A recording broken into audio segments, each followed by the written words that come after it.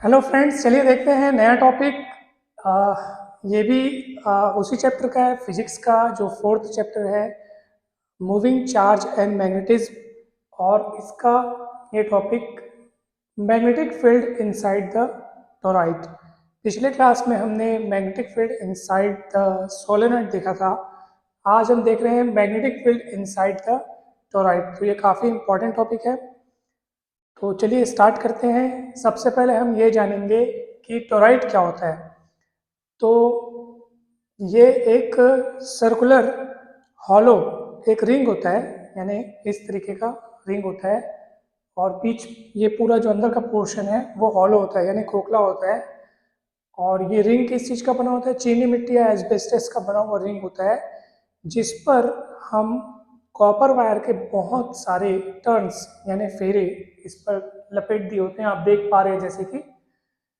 और फिर उसमें हम करंट फ्लो करते हैं, तो वो एक मैग्नेट की तरह बिहेव करता है। और उसके अंदर कितना मैग्नेटिक फील्ड होगा ये अभी हम कैलकुलेट करेंगे, ये अभी हम जानेंगे। टोरॉइड को आप सरल शब्दों में ऐसे भी डिफाइन कर सकते हैं कि किसी सोलेनॉइड को अगर आप मोड़ करके सर्कुलर शेप दे दें तो वो समझ लीजिए कि वो टोरॉइड बन गया। यानी कि टोरॉइड एक प्रकार का ऐसा सोलेनॉइड है जिसका कोई छोर नहीं होता, यानी वो सर्कुलर शेप में होता है। तो इस तरीके से आप समझने के लिए ये आपके लिए आसान रहेगा।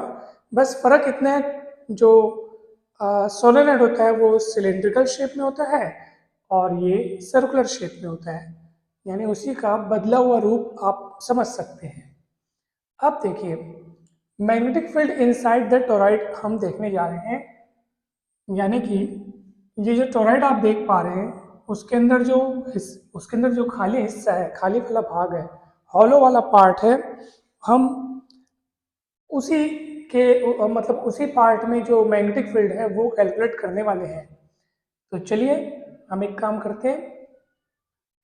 सबसे पहले आप यहाँ पे देखेंगे कि टोरॉइड के यहाँ पे आप देख पा रहे हैं कि यहाँ पे टोटल 3 रीजन बन गए हैं। एक तो टोरॉइड के अंदर वाला रीजन, जो उसके हॉलो पार्ट, हॉलो जो सर्कुलर रिंग है उसके अंदर का रीजन। एक तो ये वाला रीजन जो कि खाली है।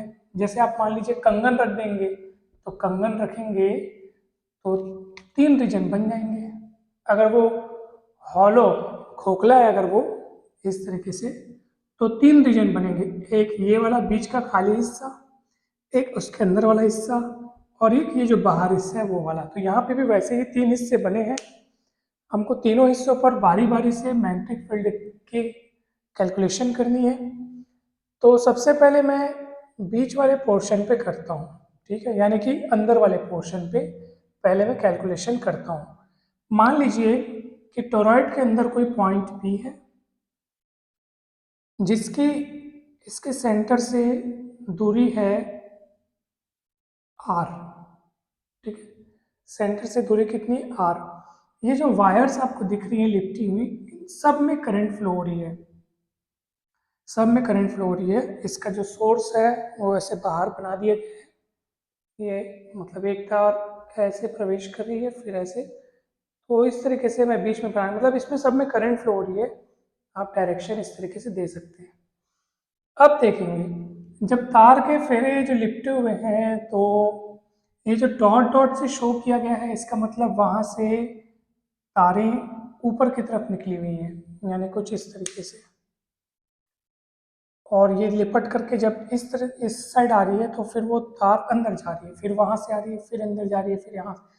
तो जिन हिस्सों पर तारें इस इस बोर्ड के प्लेन के बाहर आ रही हैं, यानी आपको आती हुई दिखाई दे रही है, उनको डॉट से शो किया गया है। और फिर ये बाहर आकर के फिर ये लिपट के ये नीचे से दूसरे ओर जा रही हैं, तो वहाँ पे क्रॉस से शो किया गया है, ताकि आपको क्लियर रहे कि किस तरीके से यहाँ पे करंट फ्लो हो रही है, ठीक है। यानी कि ऐसे आ रही है, फिर ऐसे जा रही है। अब वो वाला हिस्सा इस टोरॉइड के पीछे है, इसलिए आपको दिख नहीं रहा है। फिर वहाँ से घूम करके ऐसे आ रही है, तो इस तरीके से करंट इसमें फ्लो हो रही है, जैसे।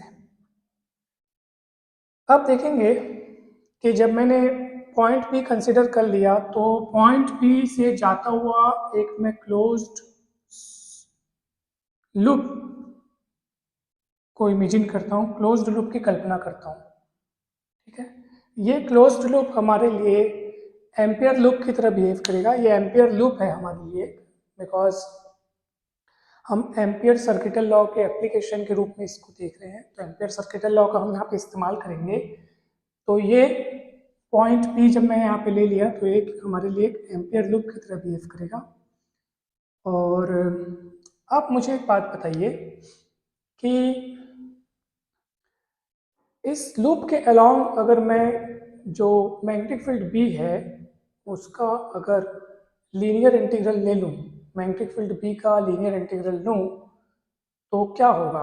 तो चलिए देखते हैं। ये हो जाएगा B D L cos zero. Cos zero क्यों? What is D L? D L क्या है? इस लूप पर लिया गया छोटा सा स्मॉल एलिमेंट जिसकी दिशा इधर होगी और मैग्नेटिक फील्ड बी की दिशा भी उधर ही होगी, ठीक है। तो दोनों सेम दिशाओं में होने के नाते जो कॉस जीरो है वो वन हो जाएगा, यानी थीटा जीरो हो जाएगा। तो थीटा जीरो होने से कॉस जीरो वन हो गया। उसके बाद बी बाहर निकलेगा, ये डी एल हो गया। और ये क्या है? डी एल वो स्मॉल एलिमेंट था। तो ये क्लोज्ड इंटीग्रेशन मतलब वैसे ही छोटे छोटे टुकड़े अगर इकट्ठा करूंगा तो पूरा सरगम फेरेंस तैयार हो जाएगा। तो ये हो जाएगा B into two pi R. तो इसकी वैल्यू हमारे पास I B into two pi R. Equation number one दे देते हैं इसको। लेकिन एम्पियर सर्किटल लॉ क्या बोलता है? But by amperes circuital law. तो एम्पियर सर्किटल लॉ क्या कहता है कि इसी मैग्नेटिक फील्ड बी का क्लोज्ड लूप के अलोंग जो इंटीग्रेशन होगा, लीनियर इंटीग्रेशन होगा, वो होगा mu naught times current enclosed by that loop, यानी उस लूप द्वारा घिरी हुई कुल करंट। उस लूप के भीतर ये सारी करंट है जिनको क्रॉस से दिखाया गया, जो इन तारों के माध्यम से ऐसे अंदर की दिशा में जा रही हैं। तो टोटल करंट कितनी है वो हमको जाननी है। अब देखिए, शुरुआत में हमने एक चीज मानी थी, मैंने आपको बताना भूल गया। टोरॉइड में जो पर यूनिट उसकी जो लेंथ है, पर यूनिट लेंथ में नंबर ऑफ टर्न्स मान लो n है, ठीक है। नंबर ऑफ टर्न्स यानी तार के फेरे इन पर यूनिट लेंथ,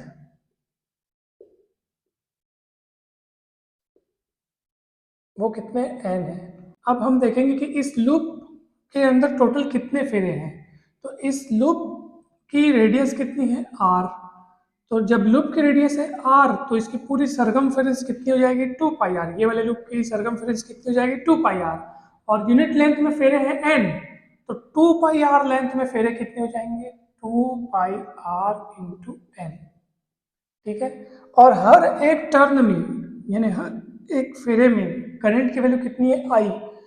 तो 2 pi R N, total number of turns में करंट की वैल्यू कितनी हो जाएगी? 2 pi R into I, 2 pi R N into I, ठीक है। फिर से इस चीज को एक बार समझते हैं, इस चीज को एक बार फिर से समझते हैं। चलिए, मैंने यहाँ पे क्या माना है? Number of turn in per unit length कितना है? एन, यानी एक यूनिट लेंथ में नंबर ऑफ टर्न एन है। तो हमें ये जानना है कि अगर यूनिट लेंथ में नंबर ऑफ टर्न्स जो हैं वो एन है यूनिट लेंथ में, तो इस लूप में टोटल कितने टर्न है? तो इस लूप की रेडियस कितनी है? आर। तो इस लूप का अगर रेडियस आर है तो इसका सरगमफेरेंस हो जाएगा 2 पाई आर। और 2 पाई आर लेंथ में नंबर ऑफ टर्न होंगे 2 पाई आर इंटू एन। और हर एक फेरे में, हर एक टर्न में आई करंट फ्लो हो रही है, इसलिए इतने सारे फेरों में, इतने सारे टर्न्स में जो करंट फ्लो होगी वो होगी 2 पाई आर एन इंटू आई। और इसलिए हम इसको ऐसा लिखे हैं। फिर इक्वेशन नंबर 2 देंगे हम इसको। इक्वेशन नंबर 2 देने के बाद आप इक्वेशन 1 और 2 का लेफ्ट हैंड साइड इक्वल है तो राइट हैंड साइड भी इक्वल होगा। तो equation 1 and 2 we have b into 2 pi R is equal to mu zero into 2 pi R into N into I. तो 2 पाई आर कट जाएगा और b equal बचेगा mu zero N I. This is required expression for the intensity of magnetic field inside toroid, ठीक है, यानी अंदर वाले हिस्से पे। अभी दो हिस्से और बचे हैं। एक तो बीच का ये वाला हिस्सा, खाली हिस्सा, और ये बाहर वाला हिस्सा। तो चलिए हम बीच वाले हिस्से पर अब बात करते हैं। ये जो लूप मैंने इसके लिए लिया था, ये वाला जो लूप है, जो पॉइंट पी से होकर गुजर रहा है, ये वाला लूप को मैं L1 नाम दे देता हूँ। अब मुझे निकालना है ये वाले हिस्से पर इंटेंसिटी ऑफ मैग्नेटिक फील्ड, तो मुझे वहां पे कोई बिंदु लेना पड़ेगा। मान लो बिंदु ले लिया मैं Q, ठीक है, कोई भी कहीं पे भी आप बिंदु ले सकते हो। तो अगर आपको Q पे इंटेंसिटी जाननी है तो आपको फिर से उससे होकर जाता हुआ एक लूप का कल्पना करना पड़ेगा। Q से होकर जाता हुआ एक लूप का कल्पना कर लिए, इस लूप को नाम दे दो आप L2।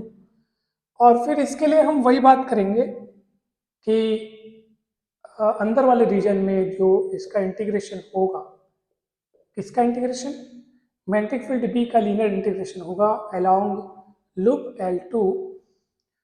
तो हो जाएगा वैसे ही होगा BDL cos थीटा, B बाहर निकलेगा, फिर लूप L2 आ जाएगा। लूप L2 की रेडियस माननी पड़ेगी हमको, मान लो इसकी रेडियस है R1, अंदर वाले लूप की रेडियस कितनी, R1, तो ये हो जाएगा 2 पाई R1, ठीक है। But by ampere circuital law, amperes circuital law, ampere circuital law से क्या होना चाहिए, यही मैग्नेटिक फील्ड B का जो इंटीग्रेशन है वो म्यू नॉट गुणित करंट इनक्लोज्ड बाय लूप, यानी उस लूप के अंदर कितनी करंट है वो देखना है हमको। तो ये जो आप लूप देख रहे हैं इसके अंदर तो कोई करंट नहीं सर, करंट तो यहाँ, ये तो सोलेनोइड तो ये वाला है, सोलेनोइड तो ये है, तार के फेरे तो उस पर लिपटे हुए हैं और उसमें करंट फ्लो हो रही है, तो करंट का दायरा यहाँ से यहाँ तक है। हमने जिस लूप की बात अभी हम कर रहे हैं वो लूप तो ये है, उसके भीतर तो कोई करंट नहीं है, उस लूप ने अपने भीतर तो कोई करंट नहीं घेर रखी है, इसलिए करंट की वैल्यू हो जाएगी 0, ये ओवरऑल हो जाएगा 0। तो इक्वेशन 1 और 2 को, सॉरी 1 2 दे चुके हैं, तो 3 4 को आप देख लो। तो by equation 3 and 4 b into 2 pi r गुणित 0, तो b इक्वल हो जाएगा 0, 2 पाई आर नीचे चले जाएगा तो b इक्वल हो जाएगा 0, अर्थात ये वाले हिस्से में ये हमने पॉइंट Q जो है वो कहीं पर भी आर्बिट्ररी फॉर्म में ले लिया था, यानी कहीं पर भी अपनी इच्छा से, अगर हम यहाँ लेते, यहाँ लेते, यहाँ लेते, कहीं पे भी लेते अगर आप, तब भी रिजल्ट यही आता, बिकॉज करंट का जो दायरा है वो यहाँ से यहाँ तक है, इसके अंदर कोई करंट नहीं है, तो आई की वैल्यू 0 होनी ही थी। और इसलिए यह सिद्ध होता है कि ये वाले हिस्से में, इस पूरे हिस्से में कोई भी मैग्नेटिक फील्ड नहीं होगा। अब हम बात करते हैं एक ऐसे पॉइंट की जो टोरॉइड के बाहर वाले क्षेत्र में रखा हुआ है। अब उस पर हम लोग को इंटेंसिटी ऑफ मैग्नेटिक फील्ड जानना है, तो इस पॉइंट का नाम R दे देता हूँ और फिर से उसको घेरता हुआ एक क्लोज्ड लूप का कल्पना करता हूँ, उस लूप को नाम दे दिया L3, और फिर इसके लिए ऐसे ही कैलकुलेट होगा, उसकी रेडियस भी माननी पड़ेगी हमको। उसकी रेडियस आप मान लीजिए R2 मान लो, क्या मान लेते हैं, R2। अब उसकी रेडियस जब आप R2 मान लिए तो उसके लिए आप जब ये कैलकुलेट करेंगे, ठीक है, अब ये कितना हो जाएगा, b इंटू L3, ये हो जाएगा 2 पाई R2 हो गया। और फिर से एम्पियर सर्किटल लॉ से अगर आप कैलकुलेट करेंगे बाय एम्पियर्स सर्किटल लॉ से आप जब कैलकुलेट करेंगे तो कितना हो जाएगा बताइए, b इंटू 2 पाई R2, सॉरी पहले तो मेरे को लगाना पड़ेगा कि लीनियर इंटीग्रेशन ऑफ b कितना होना चाहिए, तो ये होगा b into B dot D L, ये मैग्नेटिक फील्ड और ये डी एल के बीच का डॉट प्रोडक्ट, ये होगा म्यू नॉट गुणित current enclosed by that loop. अब थोड़ा सा ध्यान से देखेंगे, आप कहेंगे सर हाँ इसके भीतर तो करंट है सर, क्योंकि आपने जो पॉइंट लिया है टोरॉइड उसके भीतर समाया हुआ है और उसमें करंट फ्लो हो रही है, तो हाँ करंट के रूप में आप तो कुछ ना कुछ तो लिखने वाले हैं। तो ध्यान से देखिए कि ये जो लूप मैंने बाहर वाला लिया हुआ है उसके भीतर टोरॉइड है। अब टोरॉइड में आप देख रहे हैं कि इन हिस्सों पर करंट बाहर आ रही है और इन हिस्सों पर करंट अंदर जा रही है, तो ये दोनों दिशाएं म्यूचुअल अपोजिट हैं, इसलिए इधर की ओर आने वाली करंट और इधर की ओर आने वाली करंट एक दूसरे को क्या कर दे रही हैं, निरस्त कर दे रही है, यानी कि कैंसिल कर दे रही हैं। और ये दोनों बातें उस लूप के अंदर ही है, यानी उस लूप के अंदर ऐसी करंट है जो उस प्लेन से बाहर आ रही है, ऐसी करंट है जो उस प्लेन के अंदर जा रही है। कौन से प्लेन के अंदर? अगर हम इसको एक प्लेन के रूप में लेते हैं तो यहाँ से देखो करंट बाहर आ रही है, फिर ये अंदर जा रही है, प्लस माइनस करके एक दूसरे को निरस्त कर दे रही है, इसलिए ये जीरो। ठीक है, तो टोटल करंट हम जीरो लेंगे। अब बताइए, तो ये टोटल हो गया जीरो। ठीक है, अब मुझे एक बात बताओ आप कि जब आप लेफ्ट साइड और राइट साइड को कैलकुलेट करोगे, क्वेश्चन नंबर 4 और ये 5 और ये 6, अब क्वेश्चन नंबर 5 और 6 से आप देखेंगे b इंटू 2πr2 गुणित जीरो, b इंटू 2πr2 बराबर जीरो, तो b इक्वल टू हो जाएगा जीरो, यानी कि बाहर वाले हिस्से में भी कोई मैग्नेटिक फील्ड नहीं होता है। तो मैग्नेटिक फील्ड होता कहाँ है? सिर्फ अंदर वाले खोखले हिस्से पे, यानी अंदर वाले जो रिंग वाला पोर्शन है जो हॉलो है, केवल वहीं मैग्नेटिक फील्ड होता है, और वो होता है म्यू नॉट एन आई। और आप देख पा रहे हैं कि ये रेडियस पर डिपेंड नहीं करता है। टोरॉइड का जो रेडियस है, ये रेडियस से मुक्त है, म्यू नॉट एन आई, यानी किस पर डिपेंड करता है?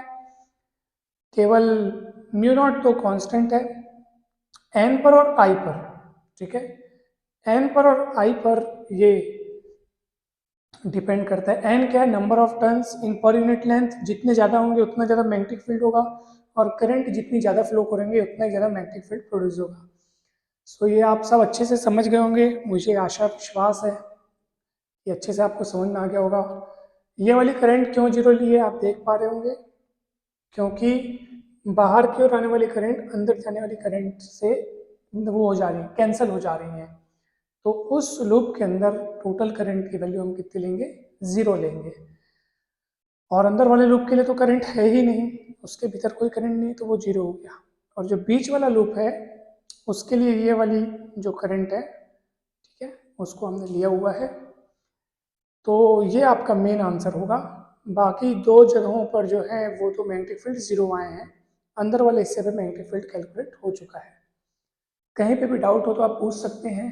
वीडियो अच्छा लगा हो तो लाइक करें, चैनल को सब्सक्राइब करें, वीडियो को शेयर करें, और आप कमेंट करके भी बता सकते हैं कि वीडियो कैसा लगा, या कहीं पे कुछ कमी या भूल रह गई हो तो वो भी मुझे बताएं, ताकि नेक्स्ट वीडियोज़ में मैं उन भूलों का ध्यान रख सकूं और उन्हें सुधार सकूं। Thank you so much.